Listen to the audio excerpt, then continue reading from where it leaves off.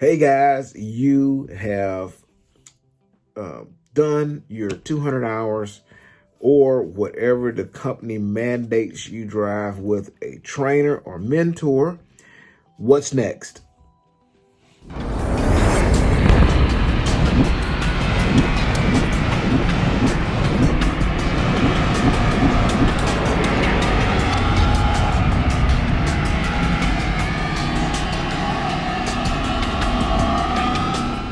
Ubiest of the tubiest, the best YouTube subscribers on the planet.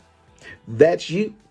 And I'm 50 plus. So you guys have followed the dream, man. You've gotten your CDL, you went to school, you got your CDL, and then you got on a mentor's truck, and you got through it. Congratulations. It wasn't as bad as everybody wants to make it seem, is it? No, it wasn't. And it's over now, so it's behind you. So what's next? Well, I will back up just a tad and say, give a shout out to Yvette. Hello, Yvette. She has a CDL prior to joining a company, and was kind of curious at how the process works. Okay,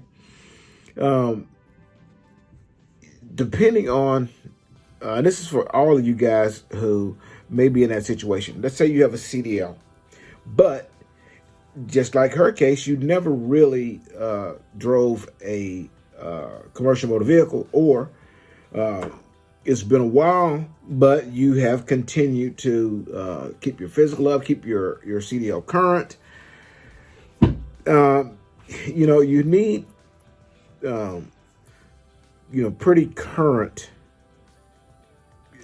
miles. I mean, you need to have been driving recently for your experience to count. Okay, so if you didn't have it, then maybe you might be like a barbecue trucker. You follow him, who also had the CDL for quite a while. It's just been a while since you've driven. In most cases, you're going to have to, if your CDL is not current, you got to start all over again. But if you're like Yvette, your CDL is current, however, you don't have experience or verifiable experience, you're going to do the mandatory time with a trainer or a mentor, just like somebody who just came out of school. Okay, some companies have all these phases to go through, and you go through all those phases, and then you're done and you're solo. Company I was with only was 200 hours, and you drove that 200 hours, and once you were done, you went solo. So that's how that process is. So what happens after that 200 hours? What do you do? Well, you go back to the company, and most of them will give you some sort of upgrade testing procedure. And for each company, that procedure is different. But it's going to rhyme somewhere like a handwritten test, or, Scantron, or whatever it is, or ABC test, right?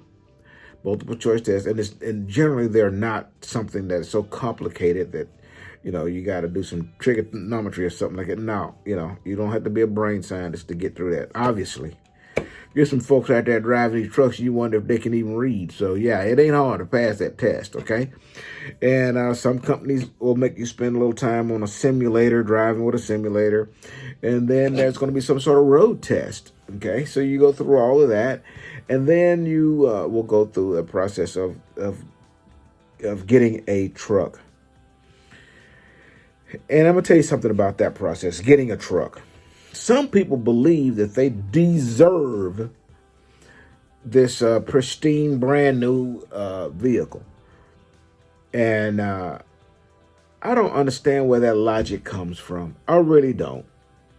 I don't know if you've ever had the pleasure of driving through the parking lot at a terminal and drove through the area where the drivers park their personal vehicles.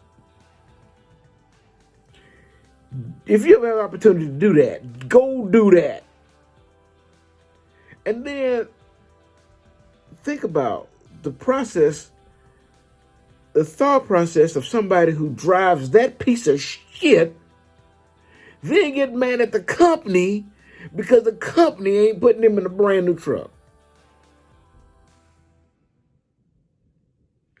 You don't deserve anything. The only thing you deserve is a truck that will pass DOT inspection, burn some fuel, and not leave you stranded on the side of the road all the time. That's what you deserve. You need to be safe. That's what you deserve. But you don't deserve no brand new truck.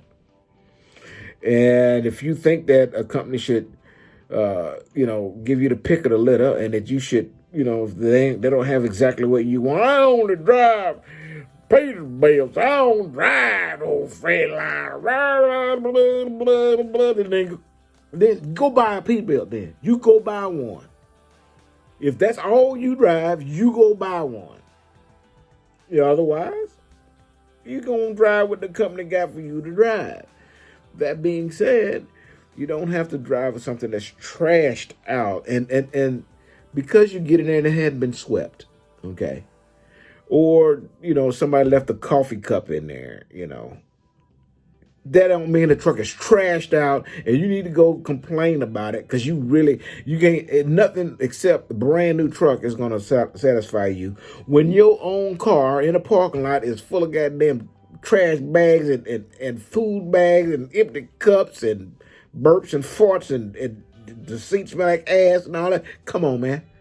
Your personal vehicle ain't even that way, but you want the company to all of a sudden treat you like king, and it just don't happen that way. There are instances where you get a fairly decent vehicle, and they're all going to be fairly decent. Some of them kind of dirty. Then the company should have spent some time and look at that truck before they gave you the keys to it, and make sure it at least went through some sort of cleaning process at least, but sometimes they don't.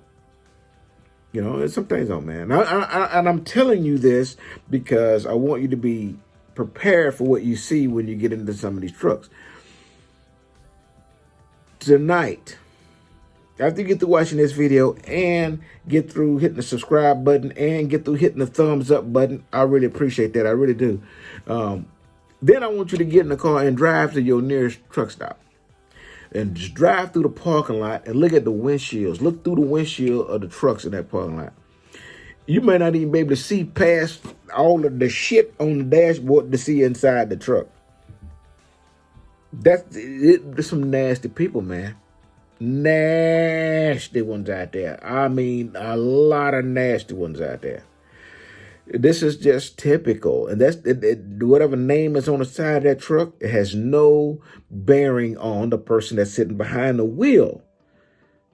Okay? That person sitting behind the wheel did not get in that truck nasty like that. They created that nasty mess. Then they got mad because they had to sit for, 5 hours before they got their next load. So they got pissed off and then drove the truck back to the terminal and quit. Yeah, and they left all that garbage in there, man. The company didn't do that. They should send somebody out there to get it clean. I agree. But they come and they make that nasty mess. That's the person who's driving that thing. Some people smoke. And I don't know if you smoke, then you probably don't get it. But if you don't smoke, getting into a vehicle where somebody does smoke, it makes that one of the nastiest things that you can get into. That's a fact. And I won't get into no truck that's been smoked in. I won't do it. I physically can't because I take a nasal inhaler for my allergies. And if I get in around cigarettes, my nose just slams shut. So in instances like health, then you can't accept that truck. Again, I'm going through all this. I'm rambling about the condition of the vehicle that you may receive when you upgrade, because this is probably the number one thing throughout the upgrade process that I get as a complaint. And it's the vehicle that they are being assigned. And I get it. Trust me. It's not cool to get into a truck and it's trashed out. It really isn't. And it makes you think that the company didn't think enough about you to at least make sure that they handed you the keys to a vehicle that is at least clean. The fact is, well, I mean, it's dirty. Does it even run? Will it leave me stranded? You kind of get started on the wrong foot. It's like, getting married, and as soon as you say I do, and you kiss your bride or your husband on the lips, and your spouse just punch you dead in the throat when you get done, and you go, holy cow, what did I marry? And from that day forward, you're going to be walking like this. I don't know if I'm going to get hit in the throat or not. It's the same thing. I don't know if this raggedy truck going to break down. Is it really raggedy? It's probably not raggedy. The person who was in it, they was raggedy, not the vehicle. So, kind of go to it with open eyes. And then they hand you the keys to a truck that's jacked up. Do a pre-trip on it. Okay? And if it'll pass the pre-trip and the truck is good and clean, go back in there and says, hey, I believe this truck may be okay, but I really would prefer that it goes through some sort of cleaning process before I get in it. It really, really is a bad situation. Take pictures. And then take it in there to them and say, look at this. Did y'all know that this truck hadn't been cleaned yet? They'd be like, oh, my goodness, we thought it had. You never know. And then they send it through a cleaning process, and then it gets back to you, and you got a nice vehicle. But, be a little bit proactive and don't just go jump off the deep end because you didn't get a brand new 2020 with 1 mile on it. Okay?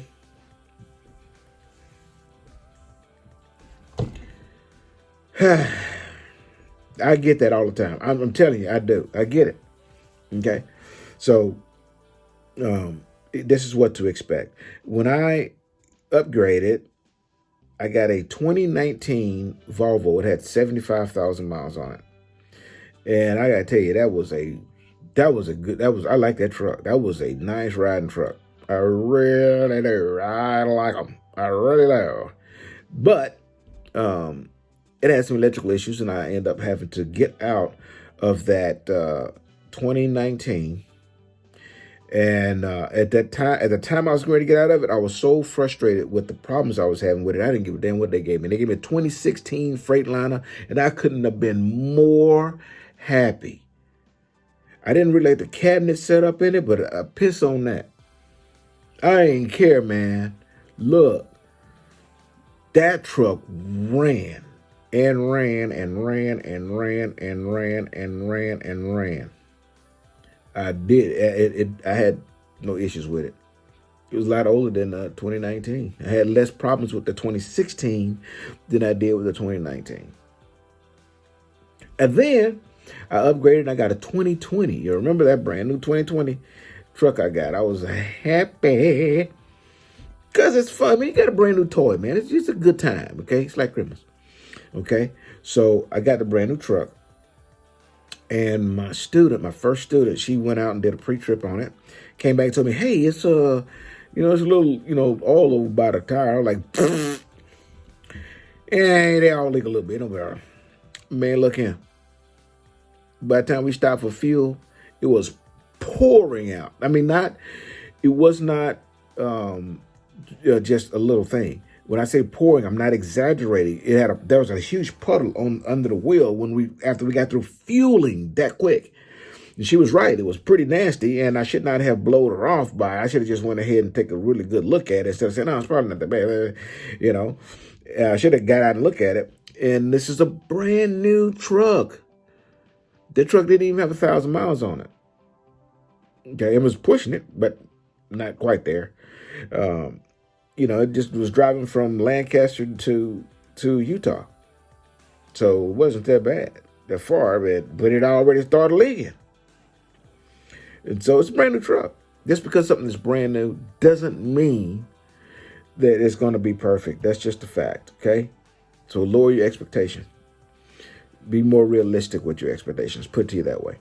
Okay, so again, Miss Yvette, you know what to expect when you get ready to go through the upgrade process. It's generally about a day long, so be ready for that. You're gonna do a written test. You're gonna do a road test. Sometimes I have a little road course you have to drive through. Maybe with some companies you have to do a simulator. You're going through a little interview process, and then you're going to get with your driver leader and have a little interview there, and then get dispatched on your truck, and hopefully it's not a smoked out, nasty rat nest that some stupid, stink, nasty, anti-humanish type of varmint drove it before you and left all that shit nasty in there. I hope that you don't come to something like that, but don't be surprised if you do. But, it's like a stanky butt. It can be wiped off and cleaned out and stuff, just take a shower. They take it to the back, they shower it, then it don't smell like poopy no more. And you be all right. It's not yours. It belongs to the company, okay? If it was yours, you can treat it the way you want to treat it. Belong to the company, you ought to make sure that it's right when you get out of it for the next person.